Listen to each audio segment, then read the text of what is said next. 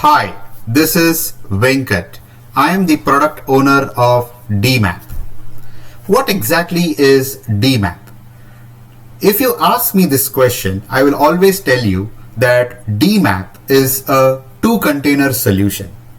A two-container solution to grant you freedom from your licensed databases such as Oracle and SQL Server to be migrated to cloud-native formats such as the AWS Aurora PostgreSQL. Why it is two-container solution? Let me just show you in very simple words, right? This is my Docker desktop. And you will notice that there are two Docker containers called the app track or the app prod and the DB prod, basically the database containers. So you can have as many databases as you want in Oracle and SQL. You can have as many applications talking to them. You can attach many worker nodes to these containers, and eventually you can do parallel processing and migrate your entire Oracle and SQL Server stack into Aurora, Postgres, or any cloud native form of Postgres. DMAP is also AI enabled. It uses AI agentic processes to help you convert the Oracle and SQL Server into performant Postgres equivalent. Let us explore what are the features of DMAP high level in this slide, and then let us deep dive into the demo. So DMAP has all the components which can be scaled in containers, starting with a discovery, a very deep dive assessment with real objects, where we guarantee you the conversion once we run the assessment. Then we follow up with a schema conversion, where not only we convert the code objects like procedures, functions, even if you have DB native features like in Oracle, you have Pragma autonomous transactions, you have pipelined functions, and all these special objects, we convert all of these things as well into equivalent in Postgres, even though Postgres may not necessarily have an equivalent. Then we follow up with a schema validation, which looks at user roles, it looks at foreign keys, indexes, etc. But it also looks at playing back transactions between your Oracle and SQL Server and the target Postgres. This is very useful because this helps you in understanding whether the migration is done right, yes or no. Then we follow up basically with the data migration. In this data migration, basically we allow you to parallel process multiple tables. We also allow you to assign priorities. We enable and disable the constraints. And then we follow up with a very thorough data validation, which looks at every row, every value. It also gives you a sanity report based on min-max count. It also does a checksum on the blobs and globs. On the top track that you see is you have the entire app track. In the app track, basically we support Java, .NET and C++ applications. Our specialty, in addition to the Docker scaling, is that we can also look at dynamic queries, custom homegrown ORMs, and anywhere where your SQL code is embedded, even if the tables and column values are not available statically in the code and it's available at runtime, it doesn't matter. We'll help you analyze your code base, remediate the code base, and make sure that it is Postgres compatible. And this is something that no other product can provide. This is not even, none of the competing products can provide such features. We follow it up with a very thorough app remediation and config updates and developer experience.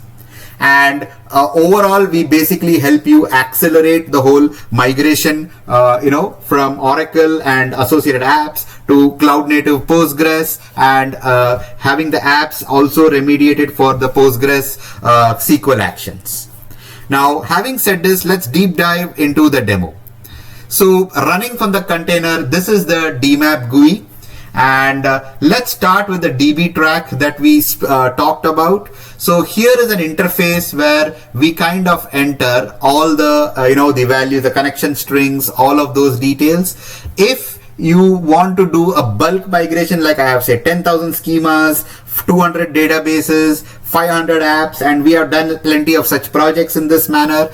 You could basically upload a sample CSV file with all the login credentials of all the database.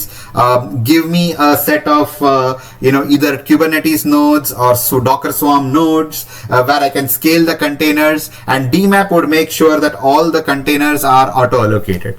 Note, we can have multi-parallel processing, which means some of the schemas could be in discovery, some of the schemas could be in assessment, some could be in conversion, testing, all of that. Some could be in app stage as well, right? Different stages being parallelly processed. So we make sure that all your infra is very thoroughly utilized. Now let us look at the first component, what we get when we go for the assessment part. So here is a typical, database which we have ran for assessment. And initially, to start with, we get all the metadata talking to you about all the valid objects, the invalid objects, the assessed objects. You also get a high-level view of what is the percentage conversion. So here you are seeing all the greens that we do here are completely automable by DMAP, and we validate it with a Postgres runtime inside the Docker container. So there is absolutely like no scope of error. What you see is what you get. And this is the basis for giving you a fixed bid estimate for the whole migration process, which I'll explain in a bit, right? So these are the various objects that get converted. And here is the conversion effort, right? So overall, basically, we help you with the review analysis, the manual remediation, schema validation, pre and post functional testing.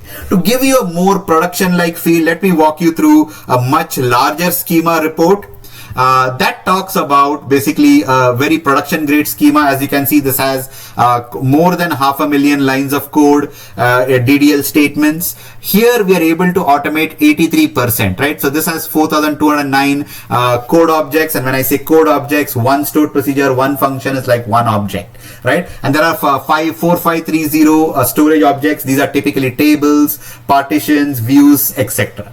And what is this 1141 hours? I'll come to you in a bit. But in this assessment report, you get all the metadata. You get what can be automated, what cannot be automated. You also get a list of DB links or external dependencies that are there. And you also get external schema references that are there, so that you understand, what can be the nitty-gritties of the whole migration process. Now, also in the dependencies, you also get like how many objects are there, so that gives you an idea about what is the complexity that you're looking at.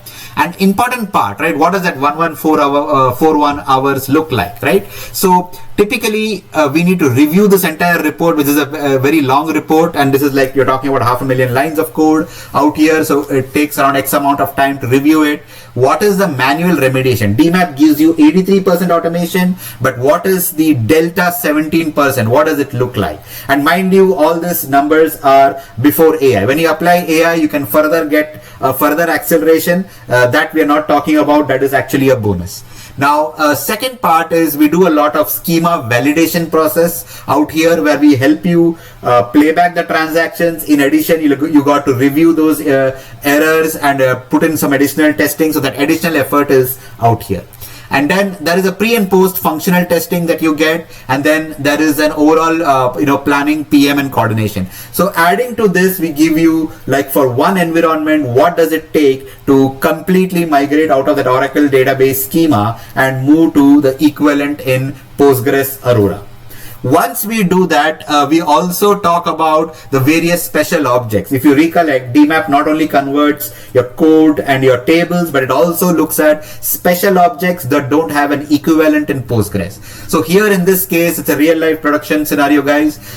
We are able, like, this particular schema has over 4,800 package global variables and DB link dependent objects, histogram columns. A lot of those objects are present, and none of the tools out there really give you this level of depth in special object conversion. This is the power of DMAP.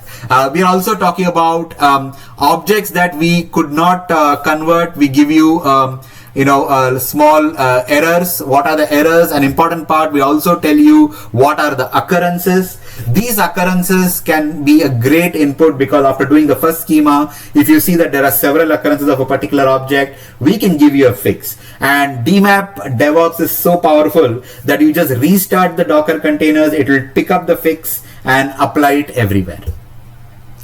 That way you can ensure that you are always, after the first schema, all the automation is sucked up, and you can increase the percentage of automation to the subsequent schema. By the time you get to the fourth or fifth schema, you are touching almost like 96-97% automation for a typical project. It's a highly productive process that we have in play.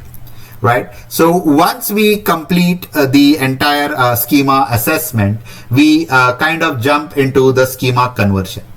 So when we get into schema conversion, we talk about the various schema objects that are there. There's a schema conversion report that is being generated, and when you look at the report, you will get a list of all the objects that were converted, and the various manual actions, have they been validated. So this is a very powerful feature in DMAP, because when you're migrating several thousand schemas, what happens is, who's going to keep track about the manual objects, right? So this is a very powerful feature called schema validation, which we anyway by default run at the end of conversion, but you can keep running them over and over again to make sure that every object has been migrated. This is very useful during cutover, so that you know that you are migrating the entire database properly, you're not missed out any objects, and everything is done to your satisfaction.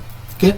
The next level out here is essentially the testing, test data migration. So let me talk about a couple of things out here. So here you have your demo database, or you can have another database out here where we are talking about the various validation reports that you are getting. So first is the logical data validation that we perform, where we talk about doing a quick min-max average as a default, so that upfront you know that, hey, all these data points are working fine, and all the data has been migrated thoroughly, and all the blobs and clobs have been migrated, and so on. So here you will get a complete logical data validation report, and with all the tables, the columns, everything listed. You also get a deep dive logical data validation, which will cover every row that is out there, so that you realize, hey, this is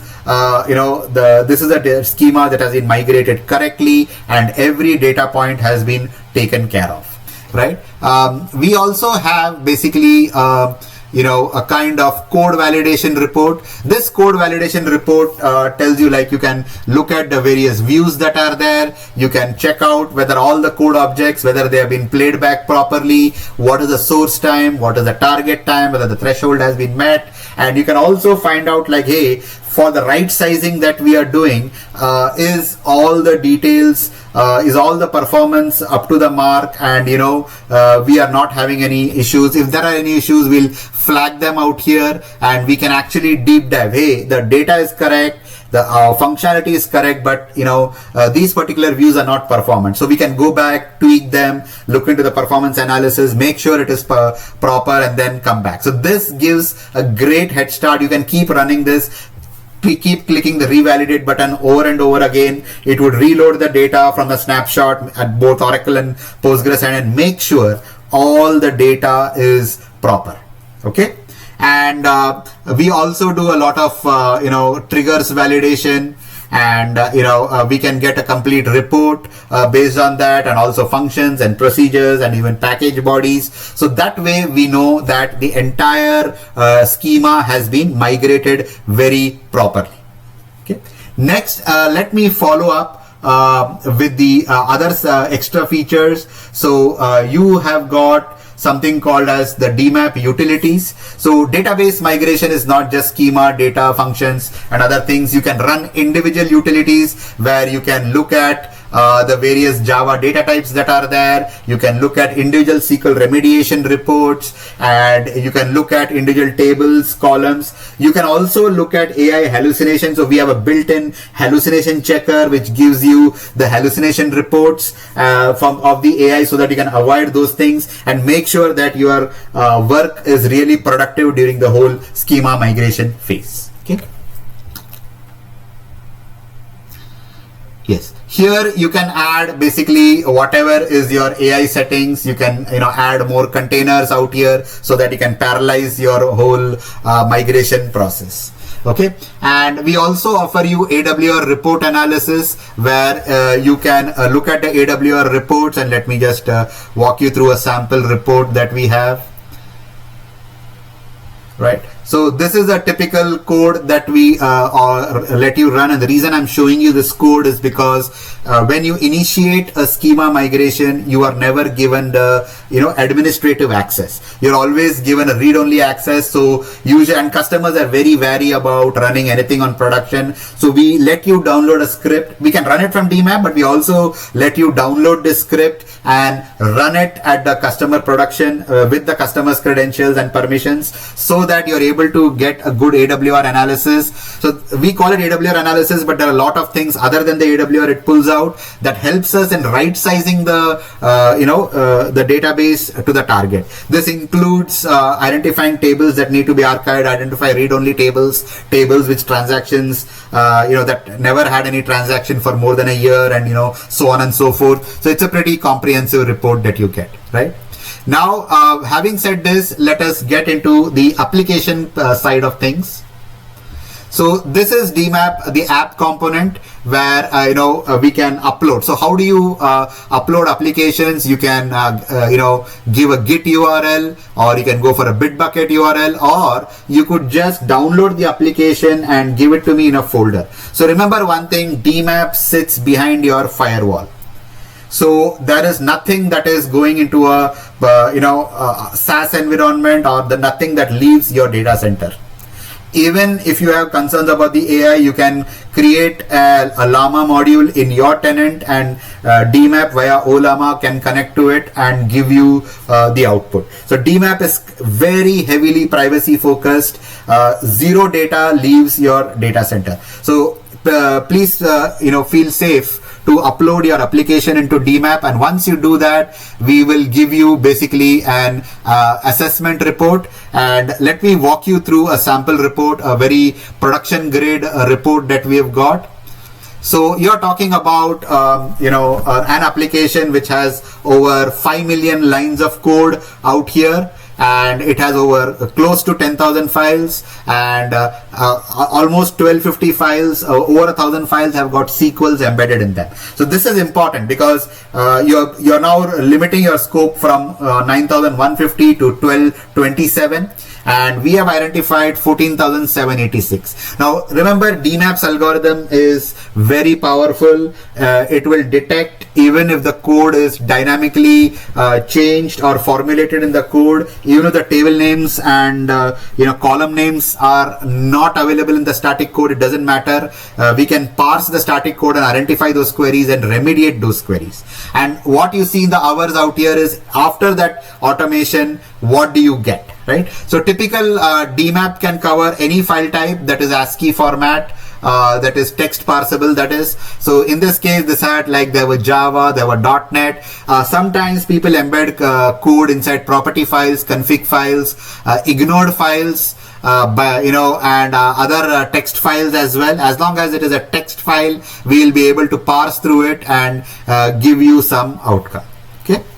And we also look at both bottom up and top down so that we don't miss any query. And we also give you for every query the line number, the issue, and all the code summary, and help you kind of understand what is your complexity. This is a fairly huge report as it covers every file possible. And of course, this application itself is over over 5 million lines of code, correct? So once we complete the application assessment, we get on to the migration, and then we let you download the migrated code out here. So once you have the migrated code, you can actually download that code and investigate all the code for yourself, so that you are able to kind of look for all the conversion elements, right? We also let you do a git push and also do resource allocation. So what is resource allocation? Now, as an application team, you may not have the access to every team member, so you can, or you may not have direct, you can just say, hey, these are the files, these are the queries, and then you can allocate it to the team, to the single development team, who can then pick up each of those files and associate with his team, and they can convert and let you know. And once you have done that, you can start your tests. Okay. So let me just extract this data and have a quick look at all the data.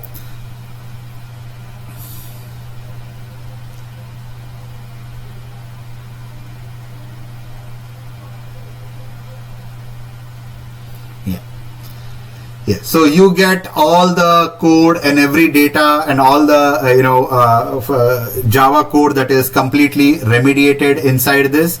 So we can also go to file by file and investigate whether the code has been done, not done. If the code is not done, we would basically put in comments indicating that, hey, there is work needs to be done here, and this is what we assessed, and these are the errors. So it becomes very easy for the developer to work with the same. Okay.